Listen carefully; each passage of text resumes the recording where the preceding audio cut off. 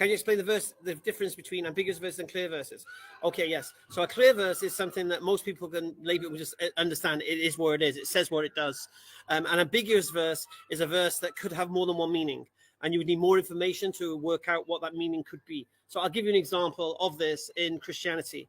So an explicit verse or a clear verse in Christianity is when Jesus says the Father is the only true God. Yeah, it's a clear verse. If the Father is the only true God, then the Father is the only true God. And it can't mean anything else other than that the Father is the only true God. Okay. Ambiguous verse is where Jesus says, I and the Father are one. Now, this could mean two things.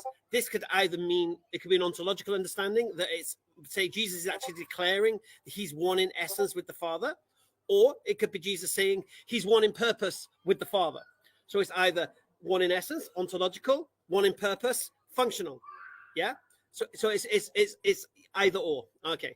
So when you come across an ambiguous verse, what you do, you go to a explicit verse and use that to understand the context of the ambiguous verse.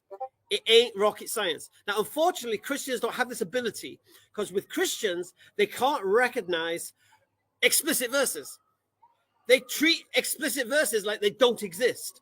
And they simply go to ambiguous verses and apply a meaning to it that suits their worldview, ignoring any explicit verses that will give that ambiguous verse context.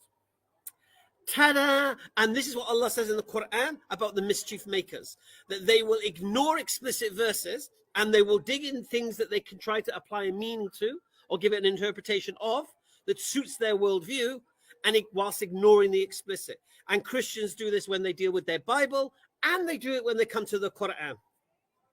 You're welcome. Hope that helped.